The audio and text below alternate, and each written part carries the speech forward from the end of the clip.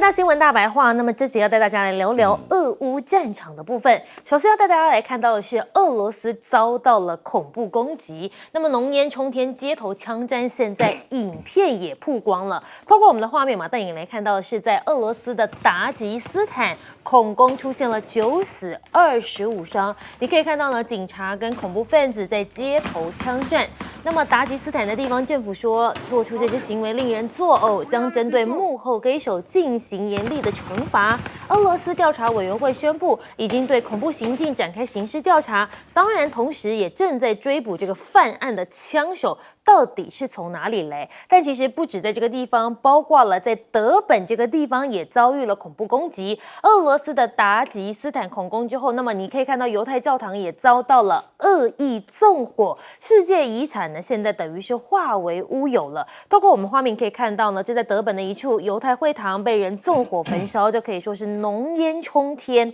俄国犹太社区的联合公共委员会主席就讲到了，德本的犹太教堂着火，火势是完全无法扑灭的。那么甚至有人讲到，长期以来达吉斯坦的穆斯林、东正教徒和犹太人和平生活，这一次的袭击显然就是从外部来策划的，也因此很多人都很好奇，这外部策划到底是谁呢？是现在正在跟俄罗斯交战的乌克兰，又或者是有人剑指是不是这乌克兰背后的好朋友美国？到现在是谁？一个大大的问号。只不过现在连克里米亚也遭受到了攻击了。克里米亚遭飞弹攻击，酿成4个人死亡。俄罗斯怪罪美国，你应该要负责。那么呢，你可以看到这一次也造成了包括2名孩童在内4个人死亡，超过100人受伤。他们说美国对此应该要负有责任。透过我们的画面，我们要带您看到这克里米亚遭受到恐怖攻击的画面。你可以看到现场是一片慌乱，到处充满逃跑跟受伤的人。俄罗斯说呢，这个乌克兰使用美国制造的 ATACMS 飞弹击中了克里米亚度假海滩，而它是一个度假海滩哦，所以去这边的人并不是什么所谓的军人，而是一般民众。华盛顿跟基辅要为蓄意以飞弹攻击和平的居民来负责。但我们其实可以看到呢，这 Flight Radar 24的网站数据说，其实美军的无人机在袭击之前呢，曾经位于克里米亚附近。在乌军袭击这个塞凡堡市的时候，他们发现有一架美国空军的诺斯罗普格鲁曼公司的 RQ-4B 全球鹰侦察无人机曾经位于克里米亚东南的黑海上空。而现在中俄友好，美国是不是又想要来见缝插针了呢？我们带你看到的是陆俄议会合作加深，现在彭清华访俄，强调稳固政治互信。全国人大常委会的副委员长彭清华，那么呢，他在6月19到23号这个期间呢，是率团访问俄罗斯，会见了俄罗斯国家社的马主席沃洛金，那么杜马主席沃洛金，那么也包括了俄罗斯的联邦委员会副主席科萨切夫，那么呢，跟这一个他们共同主持一个中俄议会合作委员会联合工作组的第2次会议。彭清华就说了，其实今年是中俄建交的第75周年，在大陆国家主席习近平跟俄罗斯总统普京的战略引领下，中俄关系持续高水平的运行。中俄立法机构合作是两国新时代全面战略协作伙伴关系的重要组成身份。俄罗斯也说了，愿以着落实两国元首共识为基本遵循，进一步的拓展双方立法机构的合作领域，为深化俄中全面战略协作做出了一点贡献。只不过现在美国是不是紧张了呢？因为这个美国的军事首长跳出来说，俄罗斯跟北韩签订一个防御协议，很有可能就会让中俄产生摩擦。那么讲这个话的人就是布朗，他说，你看俄罗斯总统普京跟北韩签署了共同防御协议，现在有另一方推挤进来，这可能会导致中国跟俄罗斯产生更多的摩擦，美方会关注这3个国家的动向。我们就先来请教一下亮哥，你怎么看现在俄罗斯遭到了多起的恐怖攻击？不，那个克里米亚那个不是恐攻啊，那个就是战争啊，就是乌克兰就是要打你嘛，那事实上俄罗斯也在打人家啊，只是因为他用这个陆军战术导弹系统，就是 ATACMS 啊，我看他每次都是打克里米亚啊，就一直都没有打其他地方，我就觉得这个我不知道为什么啦啊，就是是不是乌克兰大概就是没有办法到接近哈尔科夫或顿巴斯那个前线了啊，因为感觉就都在这一带啊，这克里米亚被打过很多次了啊，所以我是觉得这个可能跟他的就是进攻的部队可以抵达的地方有关了。所以你就看到常常被打了，就是因为美国给他的陆军战术导弹系统大概有100公里，也有300公里的啊。那乌克兰很长啊，乌克兰从那个奥德萨那个地方上来到哈尔科夫有将近900公里。哇，对啊，所以我是觉得你从这里看到他的攻势上的受到限制了，不然照理讲他应该要去打哈尔科夫才对了啊。那另外这一个我觉得比较诡异了，这个因为德本这个地方，这个坦白讲是一个穆斯林的共和国，那它内部因为它叫斯坦嘛，对，可是它内部有东正教也有犹太教，那可是以前都相处的不错，那这个我觉得有一点是要制造宗教间的冲突了。那他们矛盾。对，所以他就去烧犹太的教会，然后穆斯林被打死。就是那好像有一点故意要让你觉得是双方在冲突啊，那双方会不会就这样相信？那就开始烧开了。这个坦白讲，这个从东欧巴尔干到乌克兰这一带，很多地方本来都是和平相处的，那就是火星被点燃啊。是外部挑起吗？不一定，不一定。比如说以前那个波斯尼亚、塞尔维亚，以前他们相处的也很好啊。那波斯尼亚是穆斯林嘛，他是白种人的穆斯林嘛。那结果就发生跟这个东正教的仇杀，那就坦白讲，在迪托时期大家都相安无事。那后来因为有各个地方的独立运动嘛，那各有所支持啦，那就联动到宗教的冲突，这样，实际上本来不是宗教冲突，可是就爆发开。那这个搞不好还有种族的问题，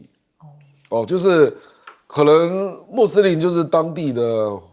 就是可能是中亚那边的民族嘛，那东正教跟犹太教就不是。就俄罗斯本来就是一个也是有很多民族的地方啦，那本来是相安无事的，可是像这样搞。坦白讲，这个如果是外部力量策动啊，那应该是某国的军情单位了，才会这样搞事情啊。我说实在，因为这个政治是故意要引发矛盾，所以是有很深的恶意在里面啊。就它不纯粹是军事攻击，不是啊。比如说你烧个教堂啊，然后再去打穆斯林啊，那这个就要给人家感觉好像是这两个宗教在冲突这样。那如果这样搞，那就事情就大了。这个因为这个地方我们比较陌生啦，所以我也不能推论太多。不过就说，我还第一次在俄乌战争看到这种打法。对，好，那我们来请教一下介大使，你又是怎么看呢？这个共和国啊，它基本上我看了一下民族组成啊。它俄罗斯族只占3.5%，它基本上大部分是所谓的这个北高加索人种，对啊，然后还有什么？还有就是说什么塔吉克斯坦啊，还有这个讲这个突厥语的、都是穆斯林。穆斯林，它是可以说是就是说靠里海最早的一个穆斯林国家。那高加索地区最早，所以是宗教人种来讲，它是一个很多元的，很多元。当然啦，那这个里面就很容易挑起冲突，而且它的位置是在莫斯科，这个俄罗斯领土的最南端，它靠近里海边了。那它旁边就是什么乔治亚，乔治亚过去也是属于俄罗斯的这个苏联的，后来它独立了。那可是这个共和国呢，它继续还留在俄罗斯里面。那当然，它这种很容易，我觉得应该是你如果说要去颠覆的话。应该不管它的内部的这种宗教的构成、人种这个民族的构成啊，还有它的偏远性都是很适合下手。所以这个大概有10几个枪手在里面。那么他们事实上的话就是说打死了一个神父，然后又烧了犹太教的教堂。对。然后呢，现在就是说，听说有一个这个当地官员的一个以儿子被扣押了，因为他涉嫌在里面，所以事实上应该是可以掌握到这个案情到底是谁来发动的啊。不过发生在这个时候，当然是很有敏感性，尤其俄乌战争这个时候。那另外，俄国事实上，美国跟欧盟现在已经对乌克兰最大的做一个让步，就是说你可以去攻击俄罗斯本土了。对，那这种攻击甚至包括就是说美制的武器你都可以用了。那如果说这种恐怖式的这种攻击哈，那可以说门槛更低了嘛。所以俄罗斯这么大的一个国土啊，全世界最大的国土，你看它靠近里海边的最南边的这个国土，现在发生这种恐攻啊，也显示其实俄罗斯这个国家它也有它的脆弱性，虽然它有它的脆弱性。那不过就是说，这一场战争，如果说俄乌战争如果在结束的部分哈，没有做一个很清楚的结束的安排啊，也就是说，俄罗斯跟乌克兰之间有一个比较双方都接受的一个结果的话，不管是停火，就是说就现有的阵线大家停火，还是如何的话，那要不然这个俄罗斯跟乌克兰这个两个国家人民之间的相互的这种仇视哈，甚至发动的这种恐攻啊，将来可能会层出不穷。那所以就是说，战争是不要轻启的，如果打起来的话，真的收尾起来哈，可能不是3-5年几十年这些冲突的因子很容易就被挑拨起来。对，所以还是以和为贵最重要。好，我们来请教一下赖老师，你又是怎么看？现在中俄关系感觉是越来越好了嘛，但是好像美国开始紧张了耶。美国一直很紧张，但是美国也没有办法啊，因为美国它两手作战嘛，它一方面在欧洲这个部分里面，其实美国对于俄乌的冲突，它也扮演非常重要的角色。那俄乌的冲突没有如美国所愿，很短的时间内让俄罗斯崩解，结果俄罗斯非但不崩解，还火起来了。那他在亚洲这个部分里面，他本来想卯足全力就是遏制中国的发展，结果看起来他踢到铁板。这么多年以来，从奥巴马然后一直到现在拜登这个10几年来，美国把中国大陆压不下去，所以他越来越焦急。那目前来说，由于俄乌的战争逼得俄罗斯是完全往东看，他的整个政策往东看的时候，他必须要跟中国大陆建立更紧密的关系。而且事实上，习近平从上来以来从上台第一个访问国就是俄罗斯，那也就是跟俄罗斯就开始进行了这种更高的相互信任的这样的一个措施，长达10年。这10年使这两个国家经得起考验了，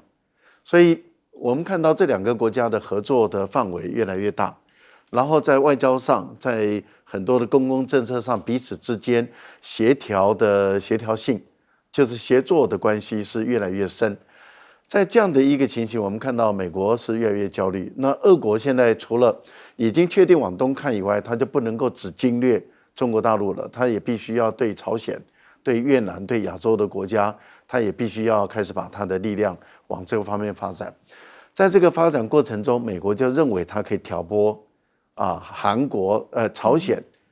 因为俄国强化了它跟朝鲜的等于是冷战时期军事同盟的关系。那美国人就认为我可以挑拨，可是我觉得美国的这个挑拨技术并不高明，所以他基本上来讲挑拨不会成功的。那越南也是如此，你看越南的阮明正马上就赶到北京去了，到大陆去了。这代表什么？代表就是说这一些国家像越南，美国是花了很大的力气，连拜登都去越南访问，然后都想把越南拉住。结果越南不但接待普丁，热情接待普丁完了以后，你看美国的助理国务卿马上就赶去越南了。结果呢，越南的更重要的人物马上就跑到大陆去了。对，你可以看到越南的一个转向，就是已经越来越清楚，就是说你美国就是开空头支票，你的承诺、你的答应都做不到，所以他们又回过头来去寻找跟中国大陆就是邻居更紧密的一个关系。我觉得美国在亚太地区的战略其实是整个都破了。那么连菲律宾，你看小马可仕也说了，小马可仕也说，甚至小马可仕的最重要的助手都说，哎呀，这个南海的冲突啊，这是一个误会，这是一个意外这不代表两个国家要打仗，这代表什么？他们对美国的信任度一直在下降。我觉得美国在处理这个事情这些方面，它基本上来讲处理的并不理想，而且也越来越弱，越来越逊它的影响力越来越差。不过我觉得目前乌克兰跟俄罗斯的关系他打这个克里米亚半岛，其实他对于克里米亚半岛的军事影响并不大。那为什么会去打度假村呢？其实就是要破坏克里米亚的经济，也就是说，让克里米亚它没办法成为一个基本上很安全的一个地方。那这样的话，你外来的观光客，他风险高，就不太敢去。我觉得他的目的是在这里，更何况他用的是灰色地带，因为俄国是不准你使用这款，美国是不准乌克兰使用这款武器打俄罗斯本土。对。可是乌克兰认为说，克里米亚不算俄罗斯的本土，因为这是美国认定非俄罗斯的，所以他就选择克里米亚来打。好，刚刚呢，这个赖老师有讲到了越南的部分，我们稍微休息一下，等一下回来带你一起来讨论亚洲的局势。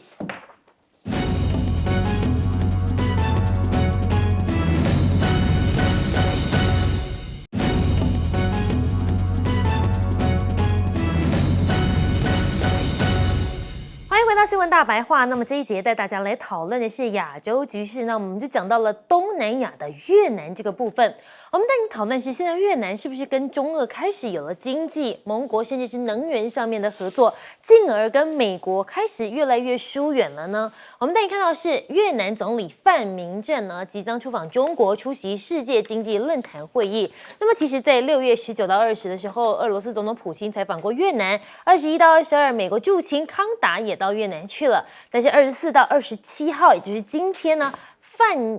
明正呢，他也到中国去，6月25号要参加达沃斯的论坛。只是路透社就指出了，中国是越南最大的贸易伙伴，越南相当依赖中国的供应制造业的材料跟设备。只不过现在美国是不是遭到忽视，中俄成为越南拉拢的主力呢？为什么会这么说？我们先带大家来看到的是，美国政府之前推友岸外包的策略，寻求跟越南来深化关系。那么呢，越南因为具有了这个中国邻近性等因素，成为美国纳入半导体友岸外包的新制造地点。但是日经中文就说了，这供应链的转移背后还是中国资金啊，所以美国友岸外包拉拢越南失败了吗？那么我们其实带您看到这个历史背景，包括1955年到1975年打的越战，又称为这个越南抗美救国战争。当时北越背后站的是苏联跟中共，南越背后则是站的是美国。不过最后呢，美国是放弃了南越。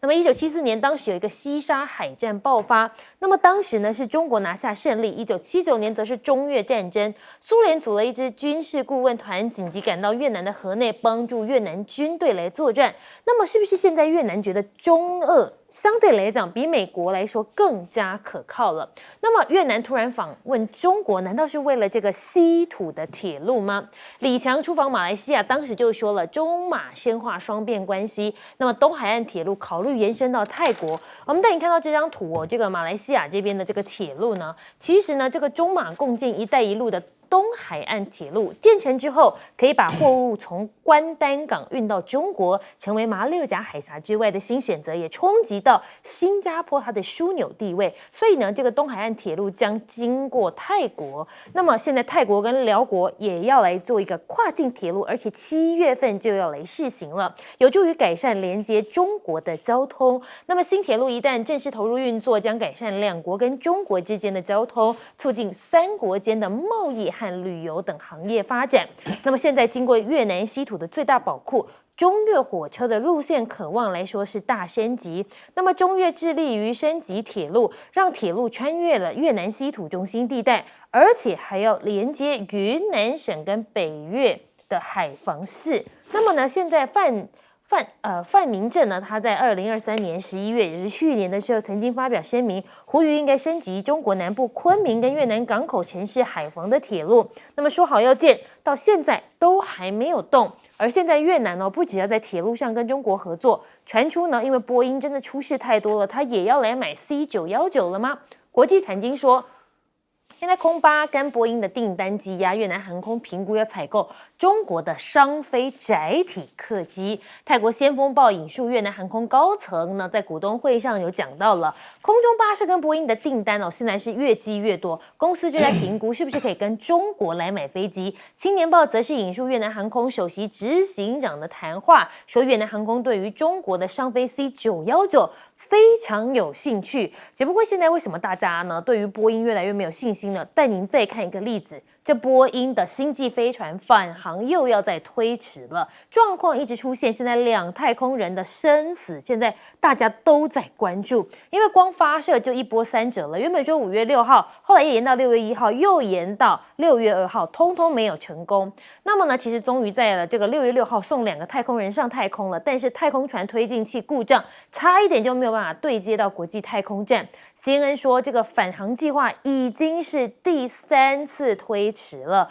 确切回程的日期没有定，可能至少要到7月初了。但 NASA 就说了，大家要放心，他们会晚回来，但是不会不回来。只不过大家就想到过去一些例子，看了之后，大家还是觉得心里毛毛的，包括了升空73秒就爆炸，32年前的挑战者号在14600公尺的高空解体，当时7名太空人全数罹难。那么呢，现在为什么美国这么的关注？因为美国不能丧失掉他们太空霸权。这一次的太空探险平安归国，对美国来讲至关重要，尤其是在现在的这样子的美国而言，对他们来讲，拿到太空战场才是对他们最有利。我们先来请教一下亮哥，亮哥你怎么看现在越南的态度呢？我觉得越南就是阮富仲总书记讲的，他是竹子外交嘛，就是竹子的底部很坚硬，可是它不管长多高，它都柔软度很高啦。那我觉得他是根据他自己的国家利益来选择跟谁合作啦。那基本上不得罪各方啦。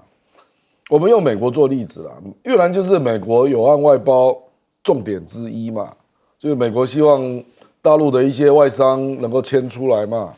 比如投资越南啊、泰国啦、印度跟墨西哥，那这里面最成功的就是越南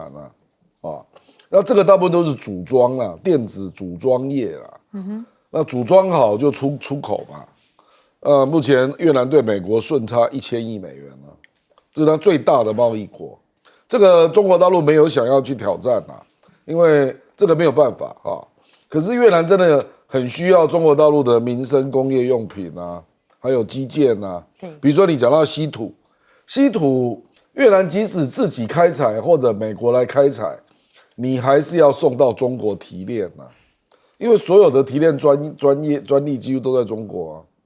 所以我是觉得他跟中国大陆没有办法不合作啦。还有比如说 RCEP 啊，那个越南也知道有泛亚铁路，现在这个中老都已经盖了嘛，那接下来就是要延伸到曼谷，又要延伸到马来西亚，那它本来也是中南半岛的重要国家，它怎么可能不参与啊？所以就这点来讲，他当然知道他不可能不要接受中国的力量进来啦。那俄罗斯就是它是军购主要的来源嘛，以前都超过80%啊，那现在大概降到60%。那他现在大概要把俄罗斯拉进来做能源的投资啊，因为他本来是跟美国投资啊，那结果他在这个海域在开发天然气，就常常会遭到中国的杯葛啊，因为有那个主权的争议嘛，那他就想说，如果是俄罗斯，可能关系会好一点啊，所以我坦白讲啊，这个越南，我认为早晚也会参加金砖国家啦。因为今年看起来泰国、马来西亚都会申请那越南我是认为他不太可能不参加了，因为他跟俄罗斯、跟中国的关系这么好所以我觉得这很难说亲谁啦，而是你去看美国有给机会啊，美国要搞那个印太经济框架 IPEF 啊，到现在双边会谈都还没开始啊，所以就很虚嘛。所以我觉得他去选择中国大陆做那个民生工业用品跟基建上的合作是完全可以理解的。那我们想问一下赖老师，你怎么看这个稀土铁路这件事情呢？是这样子哈，因为越南本身的左右摇摆，就像刚刚讲的啊，例如说他阻止外交，他认为他柔软，可是你从另外一个角度来看的话，就是左右摇摆。左右摇摆的国家，基本上来讲比较不安全、不可靠。那不安全、不可靠就很难长期的合作，尤其在基础建设这个部分，通常都是30年、50年的合作，因为你要回收资金，要回收，施工时间那么长，而且都是用国家主权的在线来做担保。那这样的一定是要2个国家是比较相对稳定啊，那这个关系可靠，中国大陆才有可能去进行大规模的投资。由于越南不断的摇摆啊，跟大陆一下子好，一下不好，一下好，一下不好，所以你看在基础建设这个部分，大陆在越南这个部分，它基本上就缓步进行，小心谨慎。那越南现在面临最大的困境就是基础建设不够，铁路不够，因为原本他希望跟日本合作，日本做不到，连大桥日本也盖了一半就垮了，也做不到，然后需要电也不够，然后需要美国提供给他，美国也没办法提供给他，所以对越南来说，它的基础的东西没有电，水也不够，然后呢，铁路也不行，工业园区也不够完善，怎么办？那您看到稀土的问题就在你只能看到一个广大的稀土，藏量存量很大的一个稀土，但是你却无法去使用，无法开采，因为稀土的体积面积这么大，你需要大量的电、大量的水，你要来提炼它，那你需要用铁路、用海运来把它运出去，然后送到中国大陆来提炼。那请问一下，你要靠什么？当然要靠铁路，可是你要靠越南来做，越南做不到。那你在这部分又需要中国大陆来帮忙，所以我个人是觉得说，越南本身啊，经过这段时间的折腾，它已经慢慢的越来越清楚了。也就是说，再折腾下去对越南并不利。为什么？原本在东盟的国家中有2个国家比较折腾，一个就是越南，一个就是泰国。泰国原来的高铁，中国也有兴趣，可是泰国也是一样，跟越南一样，都选择跟日本合作。结果日本在泰国也没成功，在越南也没成功。那您看到结果，中国老挝就反而很坚定的选择跟中国合作，反而中老铁路开起来了。那现在泰国现在也后悔了，也愿意跟中国大陆接。这一接很坚定的另外一个国家就是马来西亚。你看马来西亚的这条铁路一接的话，对新加坡影响就很大了。那我们来请教一下介大使，你是怎么看的呢？其实我觉得越南跟美国的这个合作哈，基本上是有局限性的。其实最大的还是在这个就是所谓的意识形态跟政治稳定上面的。因为现在越南虽然是改革开放，它一切都是学中国大陆改革开放政策，可是越南还是共产党的政权。基本上谁都知道跟美国做朋友以后对美国开放社会它进来的 NGO 啦，然后呢这些吸收你大批人去美国留学啦，它都要灌输你美国式的这个价值、政治意识形态跟政治价值，然后呢会干涉你本国的你内部的政治运作跟政治意识形态。那说实话，现在全世界就共产主义国家3个了，美国是看到共产主义国家都想把人家改造一下，对不对？那你只要存在，对美国来讲就是要怎么样让它不存在的。所以越南非常清楚，你如果跟美国这个关系发展的太深的话，美国一定会手伸到越南国家里面来。而且现在越南跟中国大陆来讲，有一点唇亡齿寒的这种关系，也就是中国大陆这个共产主义现在逐渐它不断的演变，变成中国特色的社会主义，而且它也走出一条成功的道路，在改善人民生活，在社会这种各种的运作的改善上那个中国大陆的中国式的社会主义比欧美的这些制度还要强，对不对？不管是建设这个经济的成果这个人民的财富分配，然后社会的这个稳定那个安全来讲，那现在美国、欧洲都觉得很吃味所以对越南来讲，中国大陆的这个现在的体制继续存在、继续茁壮，对越南这个国家，它可能受到内外的压力也会减少。所以呢，从这个角度上来看，越南也是蛮清楚的。那现在又加上一个俄罗斯也来玩越南的话，那越南更不可能往美国方面走。所以美国的。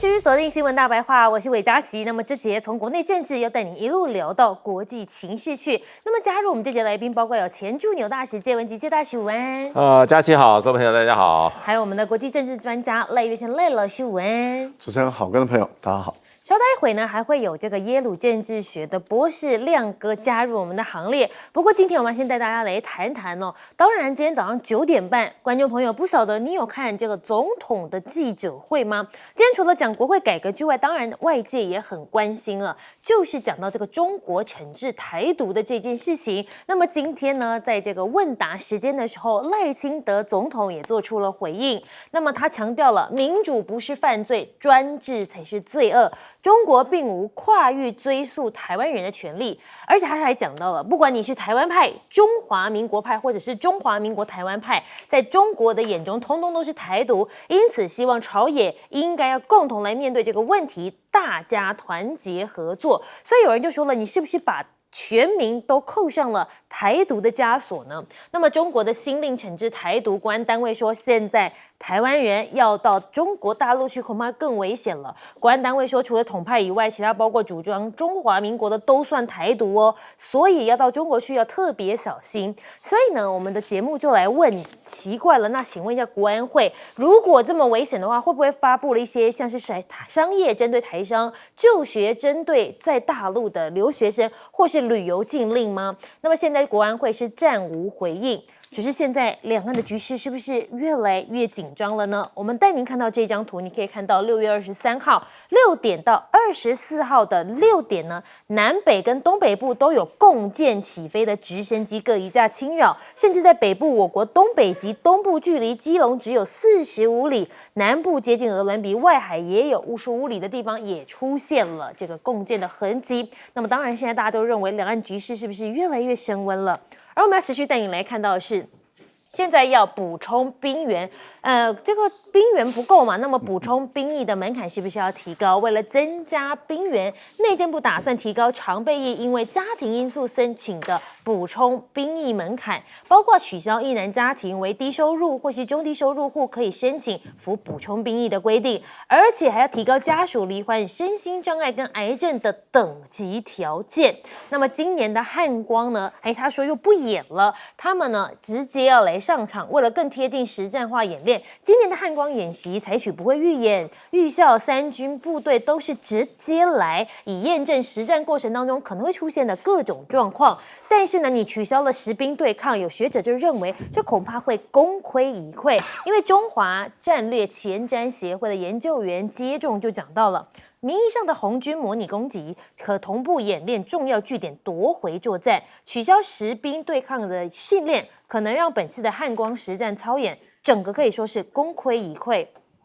而其实呢，他们说中国大陆无需入侵，这有可能拿下台湾吗？提出这样的警告的人，竟然是美国智库。他们说呢，根据智库的研究警告，中国可以不用费一枪一弹就可以孤立台湾，削弱台湾的经济。他所做的策略呢，其实就是隔离策略。只不过现在美国是不是还是挺着要来硬撑呢？解放军登陆舰编队到了南海去开展这个实战化训练。中国解放军海军近日组织多艘的大型登陆舰到南海的某一个海域去，全天候开展实战化训练。为期4天的海上训练当中呢，编队靠这个漂泊舰、营救落水人员等等多个科目的训练，检验舰艇指挥员的应急处置能力，甚至还有这个站位号手的协同作战能力。而其实在南海的局势也是相当的紧张。小马可是说，其实菲律宾是无意挑起战争的，他们说他们将致力于和平解决争端。而现在大陆呢展示了战斗机器狗，结果没想到美国国会觉得有威胁了。上个星期美国国会正在进行年度国防授权法案的讨论，那么结果就有一个众议员突然提到，中国大陆正在部署这个什么所谓的携带自动步枪的机器狗，让他们好紧张。但是你别忘了。当初说要提升机场防御，美国的空军不是也引进了机器狗吗？那么美国空军正式引进了当时在2020年这个幽灵机器人，美军首支操作这个装备单位的空军第325保安中队将与机器狗进行任务展示。它可以在任何的地形环境执行任务，而且它的复杂性低，更可以很耐用，又相对来讲比较灵活。奇怪，你美国2020年就拥有了，但你怎么不说这也是对全球威胁，反倒是现在中国大陆用了，你就说它是威胁呢？我们先来请教一下亮哥，亮哥加入我们的行列，我们想要来问一下你怎么看？这赖清德今天好像把大家都扣上了一个台独的枷锁。赖清德这个就跟他接受《时代》杂志访问的时候，他就把马英九扯下水嘛，说两岸互不隶属，马英九也有讲啊，我跟他一样啊。我跟你讲，他就是碰到问题了，他就躲在中华民国后面，然后说大家都跟我一样，这次也是啊，这个反台独22条，他就说大家都跟我一样啊，所以国民党你也是独派啊。他既然今天我刚好碰到侯汉廷啊，对，他说只有统促党不是独派，那侯汉廷说那你把新党放在哪里啊？而且赖清德在黄埔军校的致辞还说。台湾内部有假黄埔，有投降主义耶。那请问投降主义跟假黄埔也是独派吗？所以我跟你讲这个就是碰到了危机就躲在中华民国跟马英九后面我觉得，然后这个碰到国内斗争就跳到最前线。我觉得这真的是。国家领导人做成这样实在太离奇了啦！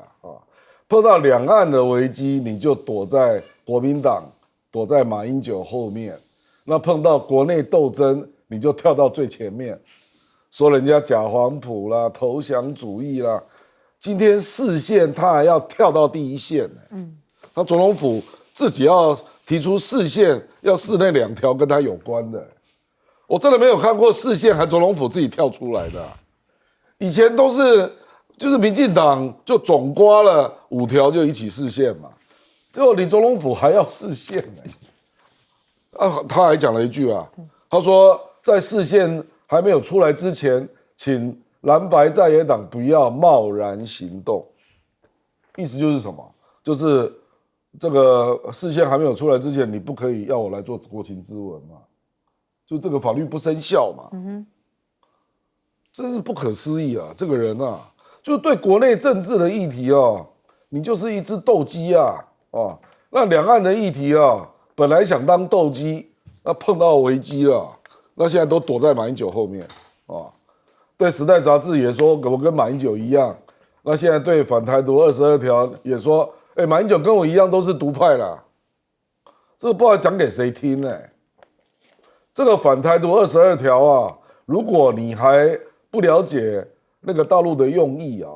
那表示你对两岸的问题真的是完全没有进入状况而且好了，就像你这样讲说全台湾大部分都独派了，那你还要开放两岸旅游，那你是要干嘛？不是都很危险吗？那你还要开放，还要说大家来谈这个那个很欢迎福建团来马祖踩线我们也愿意跟你来谈旅游那不是很危险吗？不是随时都有可能违反台独22条，大家都有可能被逮捕那你还叫大家去旅游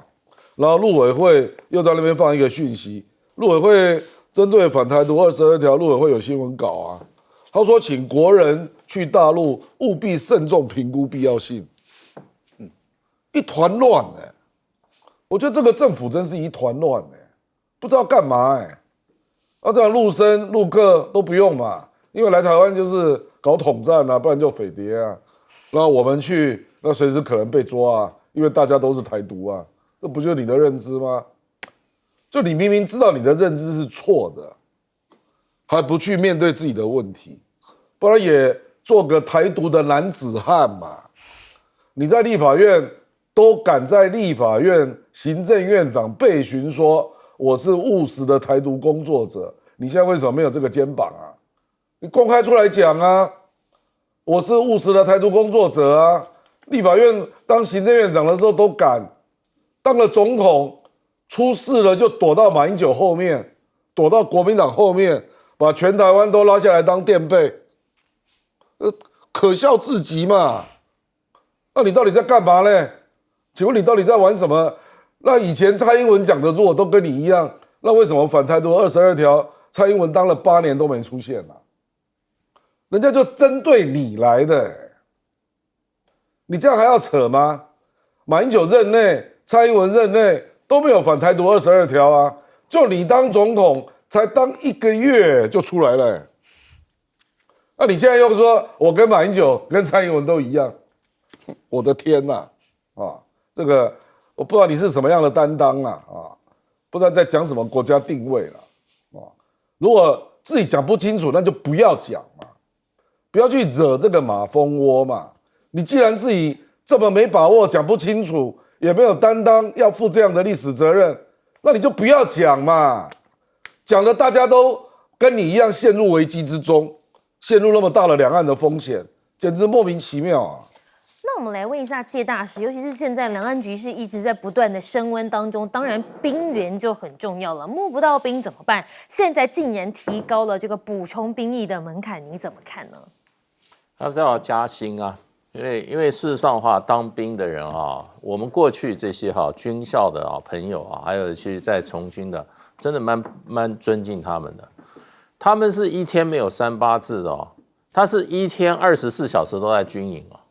那以前我们在这个外岛当兵的时候，3个月不能回家，你每天都要穿着军服。像我们正常工作，我们这个上完班回家还有怎么跟家人孩子聚，当兵的通通没有。可是他们的薪水很低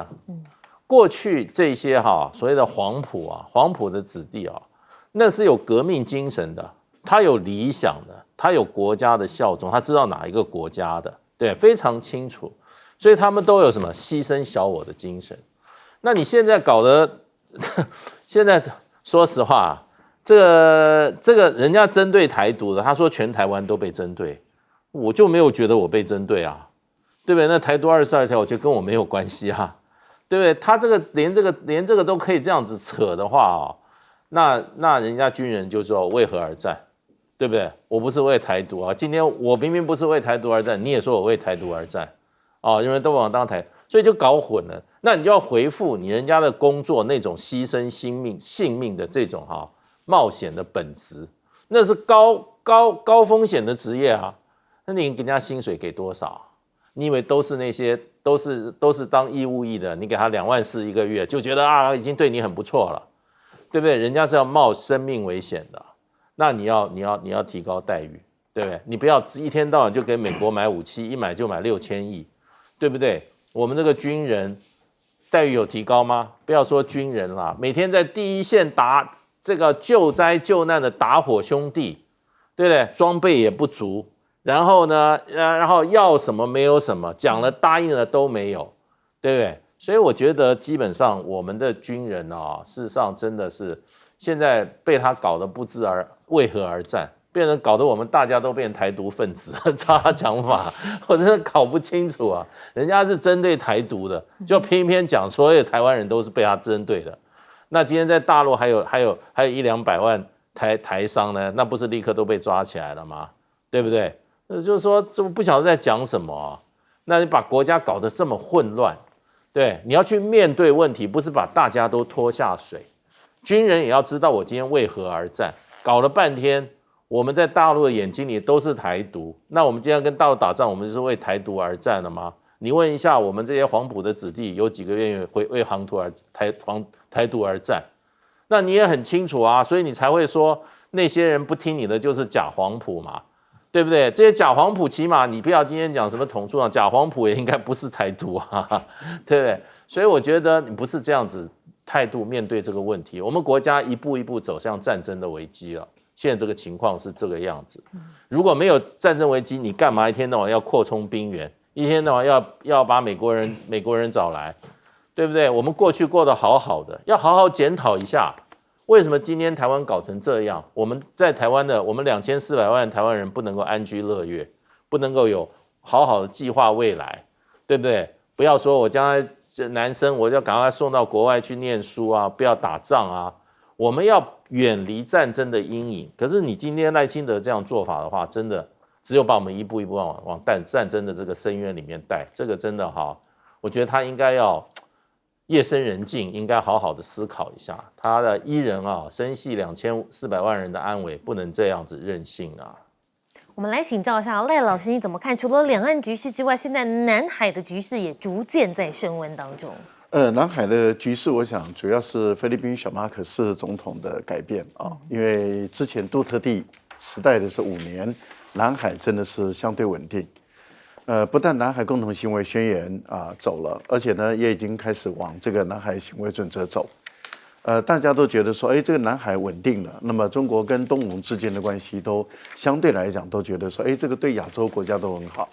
结果小马可斯上来了以后他违背了承诺，违背承诺其实主要是因为他欺骗了杜特地家族，他当时就是用欺骗的方法，因为他本人当选不了，然后他跟杜特地说他愿意延续的杜特地的外交政策，那所以他们2个家族结合，那就高票的当选了。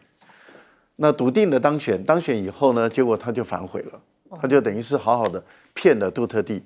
那杜特地家族，你看他女儿也脱离内阁了所以他们2个家族彻底决裂。小马可斯的挑衅的南海，大家都知道跟美国有关。美国在2022年的时候，就在夏威夷成立了第一个平海战斗团，大概有3000多人左右。去年又成立了第2个平海战斗团，在琉球群岛。那从现在开始一直到2027年，要成立第3个平海战斗团。那美国的任务就是说，我成立这3个团的目的就是要去打中国，要在海战中那么支援他们的空中然后把中国大陆的海军在南海、台湾海峡跟东海这个地方摧毁。现在解放军也针对于美国的平海战斗团开始进行这种登岛的一个作战的一个方式。换言之，也就是说，由于整个地缘政治来讲有利于大陆，大陆在感知系统、在情报收集系统、雷达，还有军事卫星的侦察系统中，对美国把它的平海战斗团把它分散化、小股化，以及例如说在巴丹岛，就巴士海峡中间一样，那么解放军比较能够掌握住他们的这个美军的动态，所以他们的作战的方法可以用无人机，可以用导弹，然后可以用战略轰炸机，到最后你海军陆战队要登陆。那海军陆战队要登陆的时候，你怎么样减少自己的伤亡？机器狗作战狗就是一个非常好的使用的一个方式了。换言之，也就是说，在整个平海战斗中，美国自己也本身也发觉，就是它一旦进入那个岛屿之后，它反而会被限制住。那如何能够让它机动？它要靠的是海上跟空中的运输。可是这基本上一旦被发现，它基本上就被摧毁。所以我觉得南海之间的较量是越来越紧张。美国到目前为止没有把握可以打赢这场战争。好，我们先稍微休息一下，广告之后回来带您继续讨论国际局势。